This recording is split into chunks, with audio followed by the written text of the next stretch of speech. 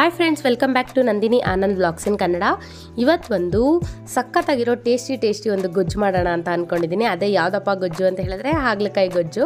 So ಹಾಗಲಕಾಯಿ ಅಂತಿದ ತಕ್ಷಣ ಯಾರಿಗೂ ಇಷ್ಟ ಆಗಲ್ಲ, ಕಹಿ ಅಂತ ಅಂತೀರಾ. ಸೊ ನಾನು ಮಾಡ್ತಾ ಇರೋ ಥರ ಮನೇಲಿ ಒಂದ್ಸಲಿ ಟ್ರೈ ಮಾಡಿ ಹಾಗಲಕಾಯಿ ಗೊಜ್ಜನ್ನ. ಯಾರು ಬೇಡ ಅಂತಾರೋ ಅವರೇ ಇಷ್ಟಪಟ್ಟು ತಿಂತಾರೆ. ಸೊ ಹಾಗಾದರೆ ಈ ವ್ಲಾಗ್ನ ಸ್ಟಾರ್ಟ್ ಮಾಡೋಣ. ಫಸ್ಟು ನಾನಿಲ್ಲಿ 3 ಹಾಗಲಕಾಯಿನ ತೊಳ್ಕೊಂಡು ರೌಂಡ್ಗೆ ಕಟ್ ಮಾಡಿ ಇಟ್ಕೊಳ್ತಾ ಇದ್ದೀನಿ. ಸೊ ಈ ಹಾಗಲಕಾಯಿನ ಕಟ್ ಮಾಡಿರೋಂಥ ಹಾಗಲಕಾಯಿನ ಒಂದ್ಸಲಿ ನೀಟಾಗಿ ತೊಳ್ಕೊಬೇಕು. ಅಂದರೆ ಕಟ್ ಮಾಡೋಕ್ಕೂ ಮುಂಚೆನೂ ಒಂದ್ಸಲಿ ತೊಳಿಬೇಕು. ಹಾಗೆ ಕಟ್ ಮಾಡಿದ್ಮೇಲೂ ತೊಳೆದ್ಬಿಟ್ಟು ನೀರು ಹಾಕಿ ಇದಕ್ಕೆ ಸ್ವಲ್ಪ ಉಪ್ಪು ಹಾಕಬೇಕು. ಏನಕ್ಕೆ ಅಂತ ಹೇಳಿದ್ರೆ ಕಹಿ ಅಂಶ ಬಿಡಬೇಕಲ್ಲ. ಸೊ ಅದಕ್ಕೆ ಸ್ವಲ್ಪ ಉಪ್ಪು ಹಾಕ್ಬಿಟ್ಟು ಒಂದ್ಸಲಿ ಕೈಯಲ್ಲಿ ಮಿಕ್ಸ್ ಮಾಡಿ ಸ್ವಲ್ಪ ಅರಿಶಿನ ಪುಡಿ ಹಾಕಬೇಕು. ಸ್ವಲ್ಪ ಅರಿಶಿನ ಪುಡಿ ಹಾಕಿ ಒಂದ್ಸಲಿ ಕೈಯಲ್ಲಿ ಮಿಕ್ಸ್ ಮಾಡಿ ಒಂದು 15 ನಿಮಿಷ ಎತ್ತಿಟ್ಬಿಡಿ. 15 ನಿಮಿಷ ಎತ್ತಿಟ್ಬಿಟ್ರೆ ಇದರಲ್ಲಿರುವಂಥ ಕಹಿ ಅಂಶ ಎಲ್ಲ ಬಿಟ್ಬಿಡುತ್ತೆ. ಸೊ ಆ ಗ್ಯಾಪಲ್ಲಿ ಇದಕ್ಕೆ ಬೇಕಾಗಿರೋಂಥ ಈರುಳ್ಳಿ, ಟೊಮ್ಯಾಟೊ ಎಲ್ಲ ಕಟ್ ಮಾಡ್ಕೊಳ್ಳೋಣ. ಇಲ್ಲಿ ನಾನು 2 ಈರುಳ್ಳಿ, 1 ಟೊಮ್ಯಾಟೊ ಮತ್ತು ಒಂದು ಸ್ವಲ್ಪ ಹುಣಸೆಹಣ್ಣು ರಸ ಇಟ್ಕೊಂಡಿದ್ದೀನಿ. ಸೊ ಇವಾಗ 15 ನಿಮಿಷ ಆಗಿದೆ. ಸೊ ನೋಡಿ 15 ನಿಮಿಷ ಆಗಿದೆಲ್ಲ, ಇದೆಲ್ಲ ಚೆನ್ನಾಗಿ ಕಹಿ ಬಿಟ್ಟಿರುತ್ತೆ. ಸೊ ಇದನ್ನು ಚೆನ್ನಾಗಿ ಹಿಂಡ್ಕೊಂಡು ಬೇರೆ ಪಾತ್ರೆಗೆ ಹಾಕೊಳ್ಳಿ. ಈ ಥರ ನೀರೆಲ್ಲ ಫುಲ್ಲು ಶೋಧಿಸ್ಕೊಂಡು ಬೇರೆ ಪಾತ್ರೆಗೆ ಹಾಕೊಳ್ಳಿ. ಈ ಥರ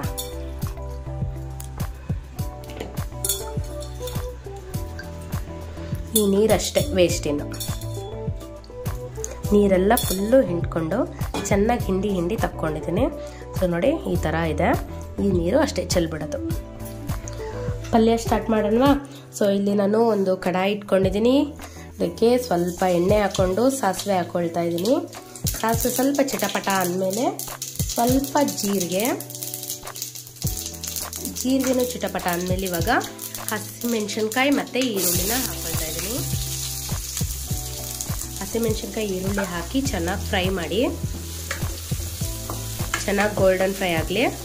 ಗೋಲ್ಡನ್ ಬ್ರೌನ್ ಬರೋವರೆಗೂ ಚೆನ್ನಾಗಿ ಫ್ರೈ ಮಾಡಿ. ಇದನ್ನು ಚೆನ್ನಾಗಿ ಗೋಲ್ಡನ್ ಬ್ರೌನ್ ಬರೋವರೆಗೂ ಫ್ರೈ ಆಗಲಿ ಈರುಳ್ಳಿ ಮತ್ತು ಹಸಿಮೆಣಸಿನ್ಕಾಯಿ. ಬೇಕಿದ್ರೆ ಒಣಗಿದ ಮೆಣಸಿನ್ಕಾಯಿನೂ ಕೂಡ ಯೂಸ್ ಮಾಡ್ಬೋದು. ಚೆನ್ನಾಗಿ ಫ್ರೈ ಮಾಡಿ ಫಸ್ಟು. ನೋಡಿ ಈರುಳ್ಳಿ ಚೆನ್ನಾಗಿ ಫ್ರೈ ಆಯಿತು. ಇವಾಗ ಟೊಮೆಟೊ ಹಾಕೊಳ್ಳೋಣ. ಟೊಮೆಟೊ ಹಾಕಿ ಚೆನ್ನಾಗಿ ಫ್ರೈ ಮಾಡಬೇಕು. ಟೊಮೆಟೊ ಎಲ್ಲ ನೀಟಾಗಿ ಸ್ಮ್ಯಾಶ್ ಆಗಲಿ.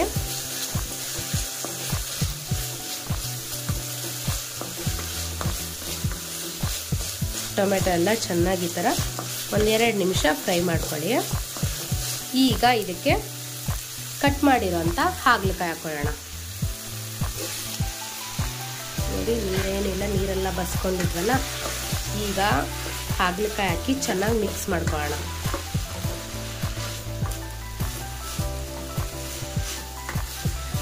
ಹಾಗಲಕಾಯಿನ ಇದೇ ಥರ ರೌಂಡ್ಗೆ ಕಟ್ ಮಾಡಬೇಕು ಅಂತ ಏನಿಲ್ಲ. ನಿಮ್ಗೆ ಯಾವ ಥರ ಬೇಕೋ ಆ ಥರ ಮಾಡ್ಬೋದು. ಸಣ್ಣ ಕಟ್ ಮಾಡ್ಬೋದು, ಇಲ್ಲ ಈ ಥರ ದಪ್ಪ ಕಟ್ ಮಾಡ್ಬೋದು. ನಮ್ಮನೇಲಿ ಹಾಗಲಕಾಯಿ ಎಲ್ರಿಗೂ ಇಷ್ಟ. ಸೊ ಅದರಿಂದ ನಾನು ಈ ಥರ ದೊಡ್ಡದಾಗೇ ಹಾಕ್ತೀನಿ. ಈ ಇಷ್ಟಪಡಲ್ಲ ಅಲ್ವಾ ಅಂಥವ್ರಿಗೆ ಸಣ್ಣಕ್ಕೆ ಕಟ್ ಮಾಡಿ ಹಾಕಿ. ಆವಾಗ ಏನಂದರೆ ಸಣ್ಣ ಇರುತ್ತೆ ಅಲ್ವಾ, ಬೇರೆ ಏನಾದರೂ ಪಲ್ಯ ಅಂದ್ಕೊಂಡು ತಿಂದ್ಬಿಡ್ತಾರೆ. ಸೊ ಈ ಥರ ಮಾಡೋದ್ರಿಂದ ಎಲ್ರಿಗೂ ಒಳ್ಳೇದಿದು. ಹೆಲ್ತ್ಗೆ ತುಂಬ ಒಳ್ಳೆ ಬೆನಿಫಿಟ್ಸ್ ಇದೆ ಇದರಲ್ಲಿ. ಇದು ತಿನ್ನೋದ್ರಿಂದ, ಹಾಗಲಕಾಯಿ ಪಲ್ಯದಿಂದ. ನಮ್ಮನೇಲಂತೂ ಎಲ್ಲರೂ ತುಂಬ ಇಷ್ಟಪಡ್ತಾರೆ. ಇದೇ ಥರ ಮಾಡಿ ನಾನು ಹೇಗೆ ತೋರಿಸ್ತಿದ್ದೀನೋ ಆ ಥರ ಸ್ವಲ್ಪ ಕೂಡ ಕಹಿ ಬರಲ್ಲ ಈ ಥರ ಮಾಡೋದ್ರಿಂದ. ಚೆನ್ನಾಗಿ ಫ್ರೈ ಮಾಡಿ 1-2 ನಿಮಿಷ ಪ್ಲೇಟ್ ಮುಚ್ಚಿಬಿಟ್ಟು ಹಬೆಲೆ ಬೇಯಿಸ್ಕೊಳ್ಳೋಣ. 2 ನಿಮಿಷ ಬೇಯಲಿ. ನೋಡಿ 1-2 ನಿಮಿಷ ಬೆಂದಿದೆ. ಸೊ ಇದನ್ನೊಂದ್ಸಲಿ ಚೆನ್ನಾಗಿ ಮಿಕ್ಸ್ ಮಾಡಿಕೊಂಡು ಇವಾಗ ಇದಕ್ಕೆ ಅರಿಶಿನ ಪುಡಿ ಅಂದರೆ ಅರ್ಧ ಸ್ಪೂನಷ್ಟು ಅರಿಶಿನ ಪುಡಿ. ಯಾಕೆಂದರೆ ಆವಾಗಲೇ ಅರಿಶಿನ ಪುಡಿ ಹಾಕಿದ್ದೀವಿ. ಸೊ ಅದರಿಂದ ಇವಾಗ ಬರೀ ಅರ್ಧ ಸ್ಪೂನ್ ಹಾಕ್ಕೊಳ್ಳಿ. ಆಮೇಲೆ 1.5 ಸ್ಪೂನಷ್ಟು ಸಾಂಬಾರು ಪುಡಿ ಹಾಕ್ಕೊಳ್ಳಿ. ಸಾಂಬಾರು ಪುಡಿ ಹಾಕ್ಕೊಂಡು ಚೆನ್ನಾಗಿ ಮಿಕ್ಸ್ ಮಾಡಿ. 1 ರೌಂಡು ಮಿಕ್ಸ್ ಮಾಡಿ ಈಗ ಇದಕ್ಕೆ ಹುಣಸೆಹಣ್ಣು ರಸ ಹಾಕಬೇಕು. ಸೊ ನಾನು ಒಂದು 5 ನಿಮಿಷ ಹುಣಸೆಹಣ್ಣ ನೀರಲ್ಲಿ ನೆನೆಸಿಟ್ಕೊಂಡಿದ್ದೆ. ಸೊ ನೋಡಿ ನೆನೆಸಿಟ್ಕೊಂಡ್ಮೇಲೆ ಈ ಥರ ರಸ ತಕ್ಕೊಂಡಿದ್ದೀನಿ. ಸೊ ಇದನ್ನು ಸುತ್ತಲೂ ಹಾಕ್ತೀನಿ. ಹೀಗೆ ಹುಣಸೆಹಣ್ಣು ರಸ ಹಾಕಿ ಚೆನ್ನಾಗಿ ಇನ್ನೊಂದ್ಸಲಿ ಮಿಕ್ಸ್ ಮಾಡ್ತೀನಿ. ನೋಡಿ ಚೆನ್ನಾಗಿ ಮಿಕ್ಸ್ ಮಾಡಾಯಿತು. ಈಗ ಇದಕ್ಕೆ ಸ್ವಲ್ಪ ಉಪ್ಪು ಹಾಕ್ಕೊಳ್ಳೋಣ. ಸ್ವಲ್ಪ ಹಾಕ್ಕೊಳ್ಳಿ ಉಪ್ಪು, ಯಾಕೆಂದರೆ ಆಲ್ರೆಡಿ ನೀರಿಕಾಯಿ ಉಪ್ಪು ಹಾಕ್ಬಿಟ್ಟೆ ಸ್ವಲ್ಪ ಹೊತ್ತು ನೆನೆಸಿಟ್ಟಿದ್ವಲ್ಲ, ಸೊ ಹಾಗಲಕಾಯಿ ಎಲ್ಲ ಚೆನ್ನಾಗಿ ಉಪ್ಪು ಹಿಡ್ದಿರುತ್ತೆ.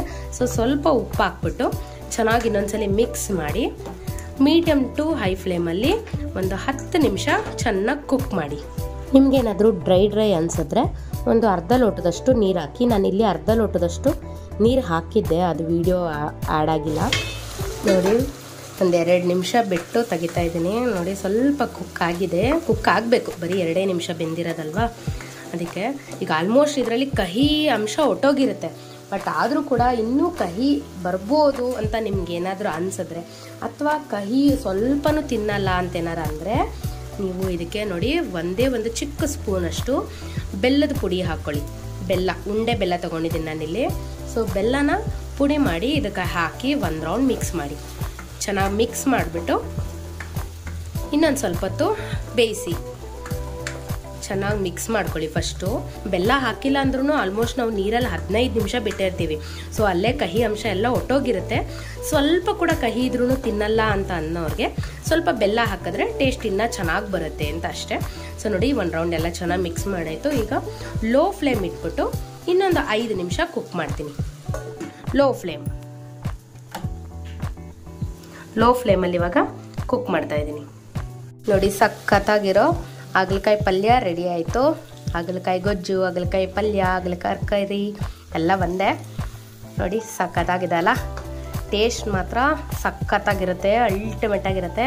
ಎಲ್ಲರೂ ನೀವು ಕೂಡ ಹೋಗಿ ಟ್ರೈ ಮಾಡಿ. ಯಾರ್ಯಾರು ಕಹಿ ಇಷ್ಟಪಡಲ್ವೋ ಅವ್ರಿಗೆ ಈ ಥರ ಒಂದ್ಸಲಿ ಮನೇಲಿ ಟ್ರೈ ಮಾಡಿ. ಎಲ್ಲರೂ ಕೂಡ ಇಷ್ಟಪಟ್ಟು ತಿಂತಾರೆ ಹಾಗಲಕಾಯಿ ಗೊಜ್ಜನ್ನ.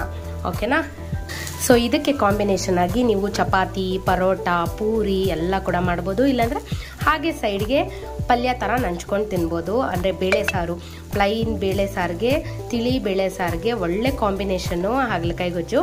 ಸಖತ್ತಾಗಿರುತ್ತೆ ಟೇಸ್ಟು. ನೀವು ಕೂಡ ಎಲ್ಲರೂ ಮನೇಲಿ ಟ್ರೈ ಮಾಡಿ. ಹೇಗೆ ಬಂತು ಅಂತ ಕಮೆಂಟ್ ಮಾಡೋದನ್ನು ಮರಿಬೇಡಿ. ಓಕೆನಾ? Thank you so much. ಹೀಗೆ ನನ್ನ ಕುಕಿಂಗ್ ವ್ಲಾಗ್ಸ್ಗೋಸ್ಕರ ವೆಯ್ಟ್ ಮಾಡ್ತಾಯಿರಿ. ಕುಕಿಂಗ್ ವ್ಲಾಗ್ನ ವಾಚ್ ಮಾಡಿದ್ದಕ್ಕೆ thank you. Thanks for watching Nandini Anand vlogs in Kannada. Bye bye.